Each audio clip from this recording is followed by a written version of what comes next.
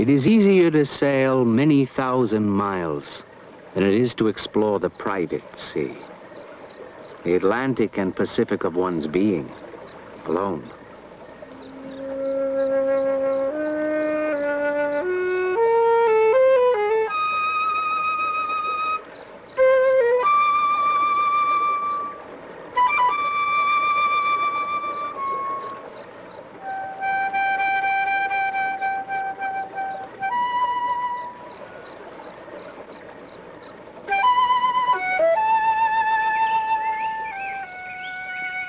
I took up my abode in the woods on Independence Day, or the 4th of July, 1845. I went into the woods because I wished to live, deliberately, to front only the essential facts of life, and see if I could not learn what it had to teach, and not, when I came to die, discover that I had not lived.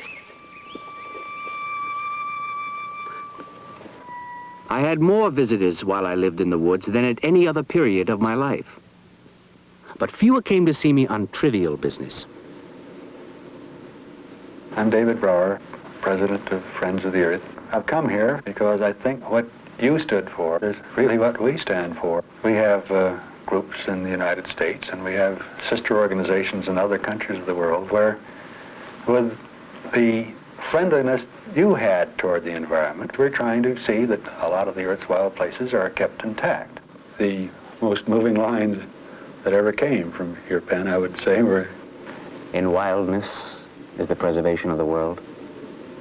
This wildness was what shaped us and gave us every capability that we have now to do everything we do. And if we lose that, then we lose the preservation you were talking about when you said in wildness is the preservation of the world. I wonder, could I come back to Walden here again in your century and have the same experiences that I have now? I'm afraid you couldn't. You wouldn't have the chance to hear natural sounds very often. You would have overflights of jets. You would have all sorts of things, all the extraneous noises that are sudden discovery of vast amounts of energy have enabled us to set loose in the world. I've always felt that technology, or what we call civilization,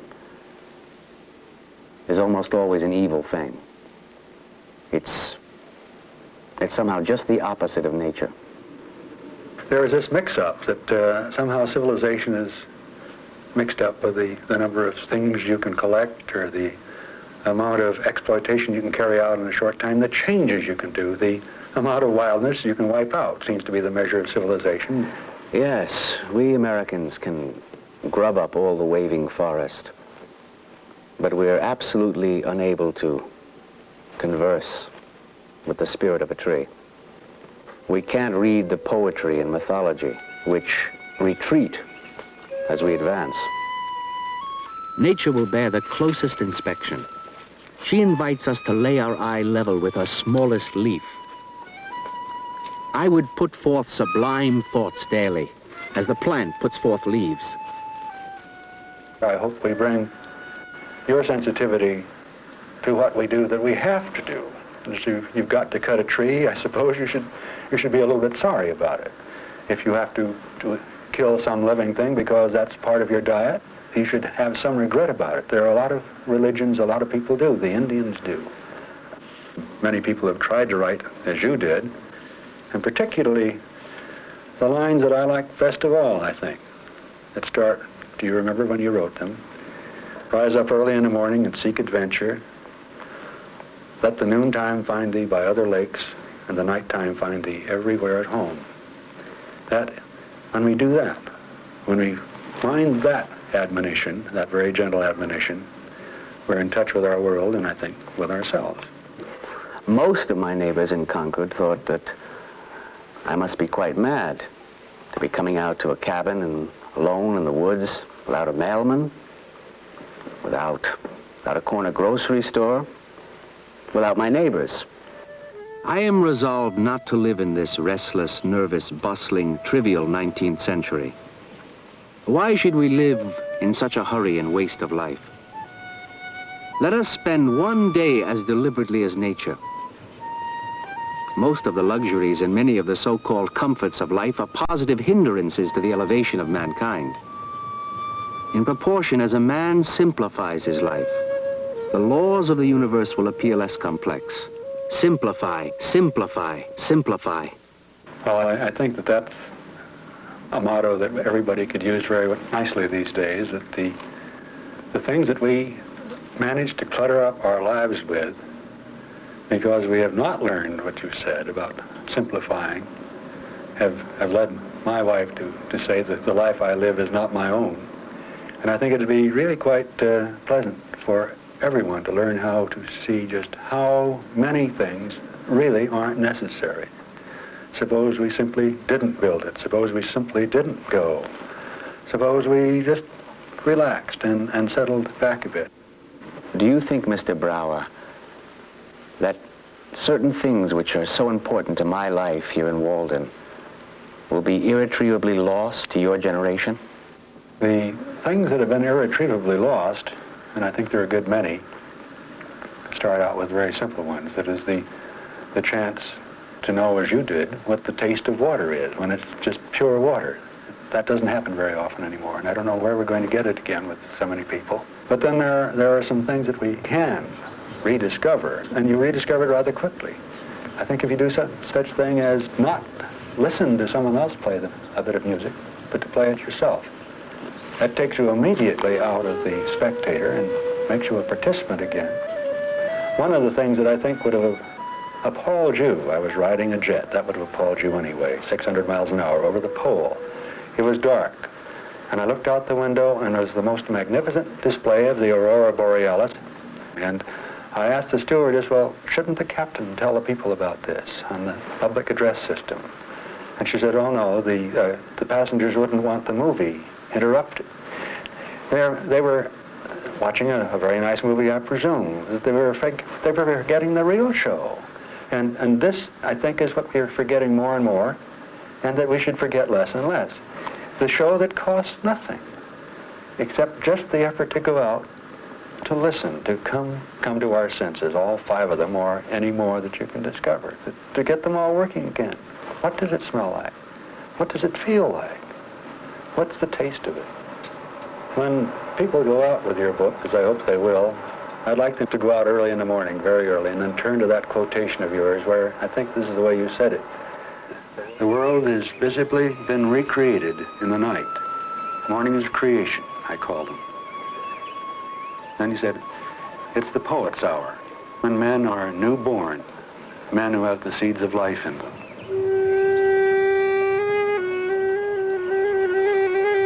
You may rely on it that you have the best of me in my books, that I am not worth seeing personally.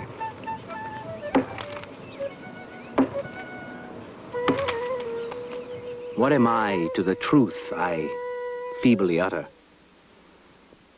The great rule of composition, and if I were a professor of rhetoric, I should insist on this, is to speak the truth. I'm very happy to be able to drop in and see you like this. I'm B.F. Skinner at Harvard University. I think you were there briefly. I want to explain to you why I took the liberty of calling a book Walden 2 after your Walden 1. I did it because I not only very much admire your book, but I think the 2 books are really on the same theme. I really believe that we are both interested in the possibility of redesigning a way of life. If you don't like the life that society hands you, go off and try something of your own. Today, things are much more complicated. Young people get together in groups now and go off and build their huts. The design of a community seems to me to be exactly comparable with your design of what we might call a community for one, except that would be meaningless since a commune implies more than one with something in common. The tomb is the only boarding house I know where 100 may be served at once. In the catacomb we may dwell together and prop each other up without loss. Well, if we don't watch out, the world will be nothing but a living catacomb. That's the difficulty, you see. Professor Skinner, I find that in my time, men suffer from a curious desperation, inner desperation. As a scientist dealing with the human mind, can you tell me, do men in your time still suffer from this ailment? Well, yes, I don't think very many people are happy these days, and that's a problem, certainly. Yourself, you build the conditions which make you desperate. I had to wait the other day in a doctor's office, and there was a loud music thing going on. We tried to turn it down, couldn't find out where to turn it off. It was perfectly awful, and I had to wait about an hour.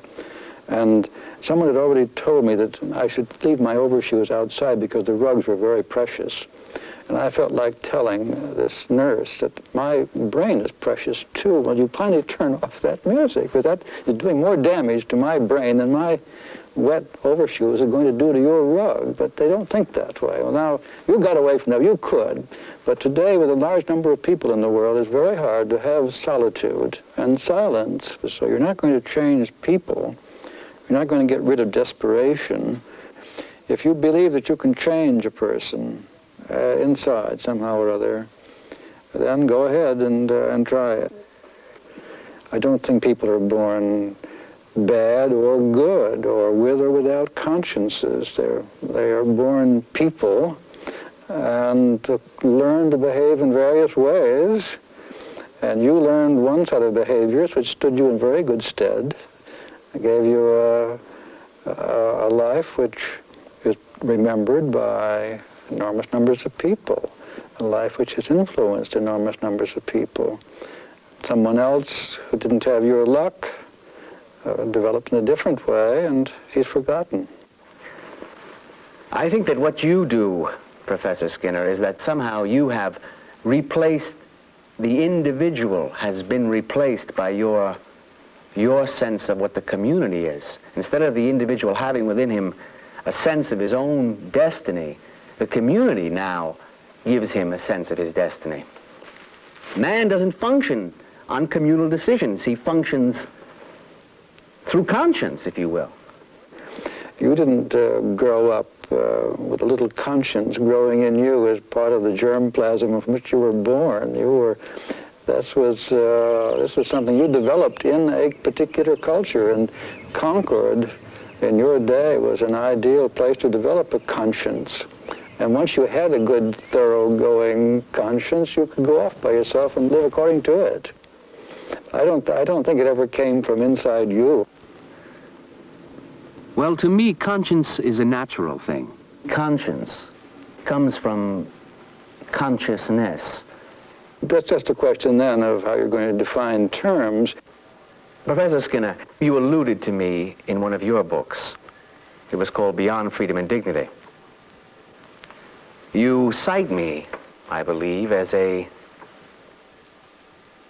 outrageous romantic, a pernicious character in which society should be wary of, and which society cannot tolerate. Well, I didn't know I was going to meet you when I wrote that, or I should have softened it up a bit, I think. But that is the interpretation that people place on you, and I was using that as an example of a thoroughgoing individualism, which I do believe, not in you, but in those who, let us say, turn to a drug culture to maximize their own enjoyment, or turn to Eastern mystical practices of meditation, which are designed explicitly to free the individual from his past and from his future. That is what I think people take you to stand for, and I don't think you do stand for it. If I've used you as a prototype there, I apologize now, because I don't think it's in your writing. It would be very easy to misinterpret you that way, because you did go off by yourself, but you were certainly interested in the past and in the future. I think you saw the way things were going. You saw the importance of ethical principles which have a future. Your attitude on slavery, for example, your attitude of the individual respect to his government, these were issues which are far-reaching, and The words you wrote are still ringing down the corridors of time. Do we call this the land of the free? When a sixth of the population of a nation which is undertaken to be the refuge of liberty are slaves, I think it is not too soon to rebel and revolutionize. I'm Rosa Parks. I've been called the mother of the modern civil rights revolution or movement. And Mr. Thoreau, I'm sure that you may be called the father because it was your ideas that were projected through Dr. Martin Luther King that helped us to carry on our nonviolent protest. That is, not cooperating with an evil system, but protesting nonviolently and peacefully. How did you become involved exactly in civil disobedience? When I was arrested on December 1st, 1955, for refusing to give my seat to a white male passenger on a Montgomery City Lines bus, after I had spent the day working in a man's tailor shop in a department store, I was quite physically weary, and when I took a seat, not really in the white section, but just back of the white section, but the driver did not want to see this man standing, so he asked me to clear that section for this white man to take a seat. I refused to do so. I was not angry, but I was determined to let it be known in this way of protesting that I was not being treated with dignity as a human being, and my only way of doing so was to refuse to stand up. I felt that the time had come for to take action, because as long as we obeyed what we believed to be wrong, we were as guilty as those who were perpetuating the wrongdoing. I was jailed because I refused to pay my taxes in protest against this country's war on Mexico. It's one of the things we have in common is that we're both jailbirds. Yes, we are. And up until the time I was arrested, I never felt that going to jail was anything that you would consider an honorable thing, because jail was always something to avoid, that only criminals went to jail. And I did not feel that I was a criminal, even though I was arrested and taken to jail. I felt the same way. I felt that in a society where there is injustice and where they put men in prison unjustly, the only place really for a just man is also in prison. Yes, I agree with you there. I remember the night that I was in prison. I just finished my dinner, and my friend Waldo Emerson came by. He was all dressed up, as he always was, and he was terribly scandalized that I was in prison. And he looked at me and he said, "Henry, what are you doing in there?" And I remember I looked back at him and I said, "But Waldo, what are you doing out there?" I was involved with abolition. I've sheltered fugitive slaves in this very cabin. Were you aware, Mrs. Parks, that by following your conscience, by following what you thought at that moment, by not standing up, that you were performing a revolutionary act? Were you aware of that? No, I certainly was not aware of it. I can say that if Dr. King hadn't been the leader that he was, reading your writings, our movement would not have been the success that it was. So we owe you a great debt of gratitude. And by our protests, we hope to continue the work that you began in the early days of our country. My nature wants the freedom and vigor of the forest and the outlaw. The greater part of what my neighbors call good, I believe in my soul to be bad. And if I repent of anything, it is very likely to be my good behavior. You may find it a little odd, Mr. Thoreau, to see another New Englander sitting across from you in your cabin, one from 100 years later, but at least I can claim in common with you, having gone to the same college. But after that, our careers could hardly have taken more different courses. Whereas you have come here to Walden, I've had something like 16 government jobs, state and local, including 3 cabinet offices, most recently, Attorney General. Mr. Richardson, at the time when I refused to pay my taxes in protest against what I considered an unjust and unfair war, if you had been Attorney General at that time, would you have found it expedient to throw me in jail? Certainly, and I think that you should have been subject to the enforcement of law in that instance, and I expect that you decided not to pay the taxes with the full expectation that the law would be enforced against you and that your being thrown into jail might help to underscore your protest. But certainly you couldn't have expected reasonably that your conscience should be the determinant of whether or not the law was enforced. Yes, that's exactly what I do expect. As far as I can see, the only obligation which I have a right to assume is to do at any time what I think is right. Well, of course, that's a comfortably anarchistic position for somebody who assumes no responsibility toward society or to the very possibility of a community. But I'm sure you must realize, Mr. Thoreau, that if every person were to be the sole measure of what the law is, and the law were to be observed or not, depending solely on the variable attitudes of every individual toward what is just or right, there could be no law as a practical matter, and no community.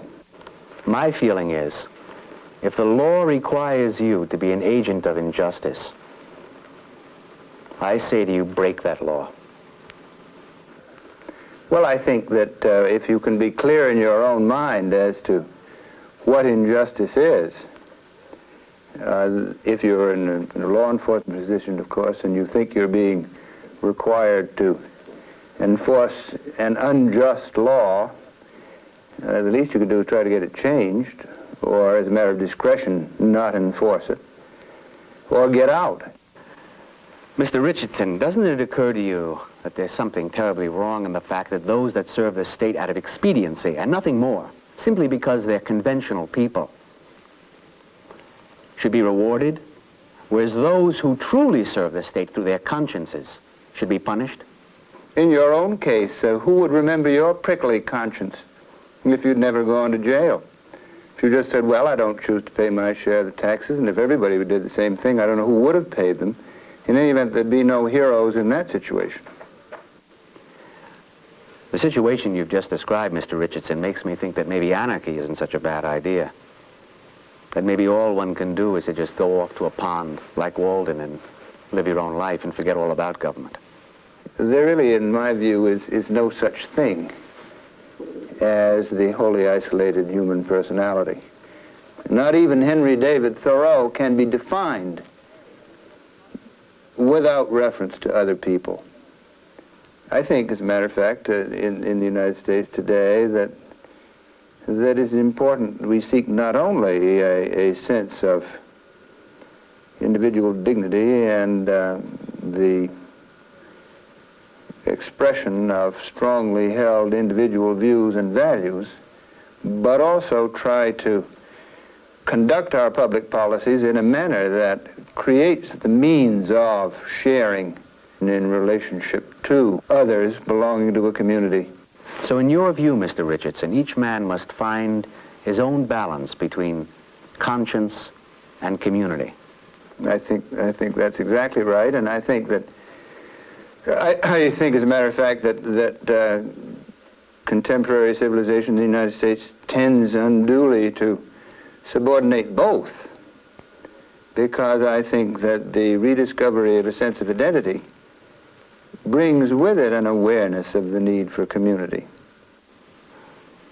When you found a conflict between you and the President of the United States, when you were asked to fire Special Prosecutor Archibald Cox in the Watergate case, or resign your own office as Attorney General under Richard Nixon, did you find that decision difficult? Well, it probably wasn't really any harder for me than it may have been for you to decide not to pay your taxes. It seemed to me that the decision was pretty clear-cut in that instance. It was certainly not an agonizing process. I had a very clear commitment to the independence of the special prosecutor. I thought that it was fundamentally wrong on the president's part to ask me to take an action which seemed to abandon his own commitment to an investigation that would follow all the evidence wherever it might lead. And so it didn't take me very long to conclude that in the circumstances, I certainly would not be part of an action that attempted to undercut the independence of the special prosecutor that I had myself helped to create. I wonder if there isn't something in our New England atmosphere that breeds prickly personalities, Mr. Richardson. Maybe it's the spirit of freedom we get with our wild apples. That could very well be. I certainly think that it's a quality that we ought to value in New England, and I hope we continue to breed it as we do our apples. In my own case, I'm not sure that I could claim to qualify as very prickly. After all, I've had a good many of the prickles rubbed off by long political and government service. And yet I respect those qualities, and I certainly respect them in you, Mr. Thoreau. I finally left Walden September 6th, 1847. I learned this, at least by my experiment, that if one advances confidently in the direction of his dreams and endeavors to live the life which he has imagined, he will meet with a success unexpected in common hours. I would not have anyone adapt my mode of living, but I would have each one be very careful to find out and pursue his own way, and not his father's or his mother's or his neighbor's. If a man does not keep pace with his companions, perhaps it is because he hears a different drummer. Let him step to the music which he hears, however measured or far away.